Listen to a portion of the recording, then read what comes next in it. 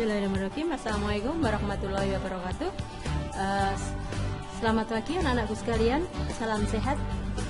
Kita lanjutkan pada pertemuan yang kedua. Kita akan bahas tentang menentukan media promosi. Sebelum kita membahas materi pada kesempatan kali ini, terlebih dahulu marilah kita berdoa bersama-sama terlebih dahulu. Berdoa dimulai. Terima kasih. Menentukan media promosi. Media promosi itu adalah alat yang akan kita gunakan untuk melakukan pemasaran produk. Pada dasarnya promosi itu merupakan ujung tombak bagi perusahaan.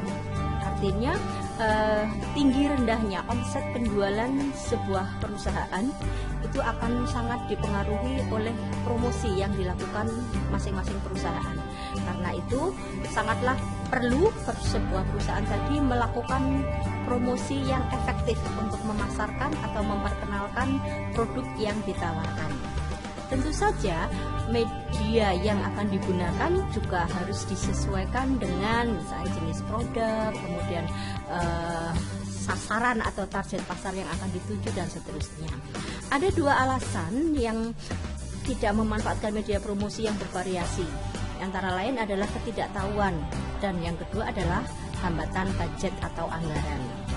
Pada dasarnya sebuah perusahaan itu harus melakukan berbagai macam promosi dengan berbagai macam strategi yang berbeda-beda untuk menyasar target atau konsumen seoptimal mungkin.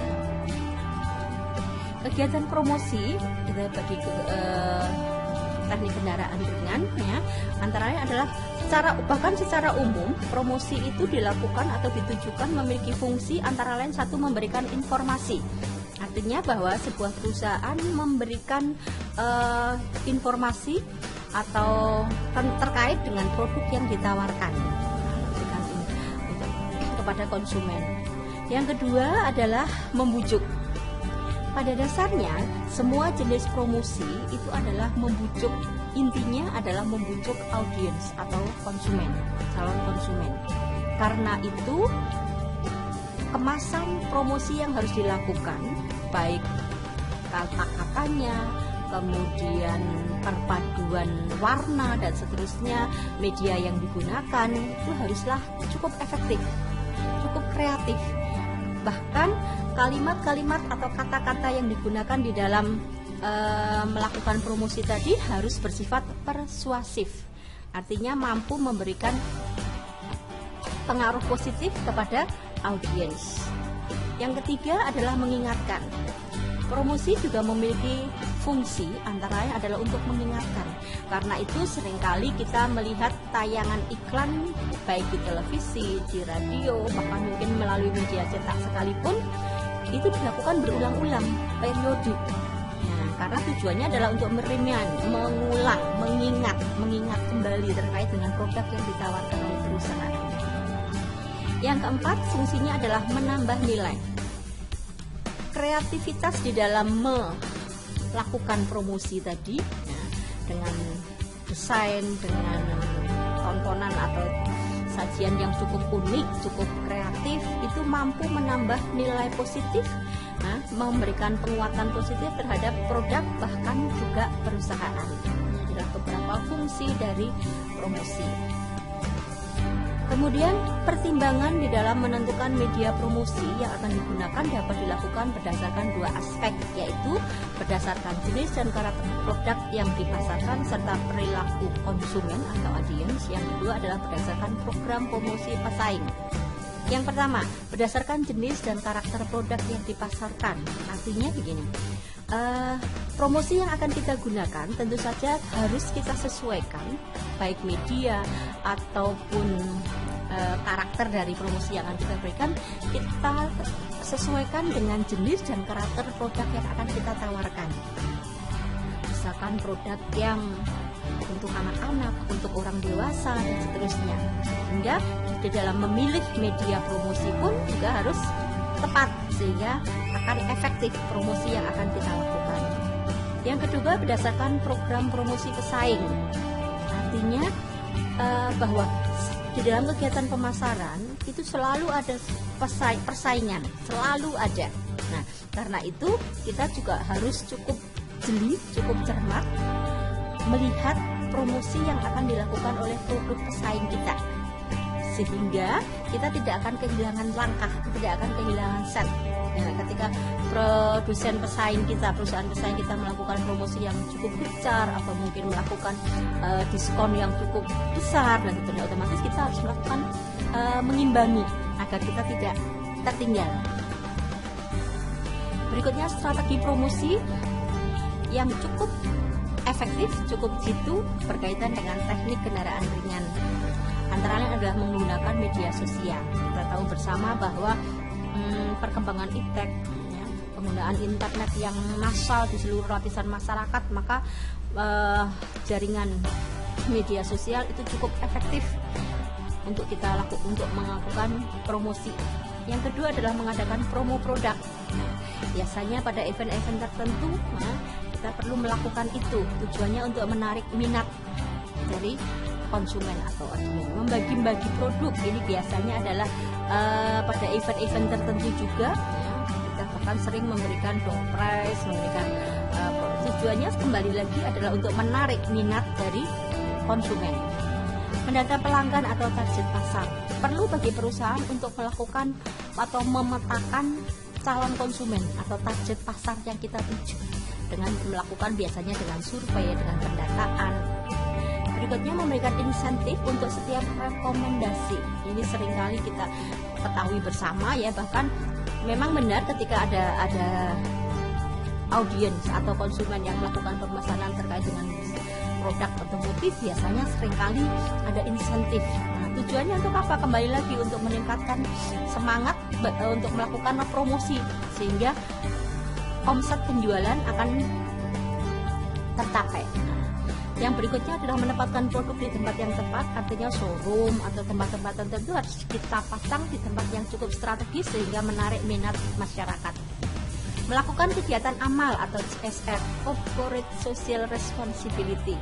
Kegiatan ini tentunya akan memberikan simpati, ya, menarik simpati dari masyarakat luar, dan tentu saja ini akan berakibat efektif terhadap produk dan bahkan perusahaan. Image perusahaan akan cukup bagus di mata masyarakat.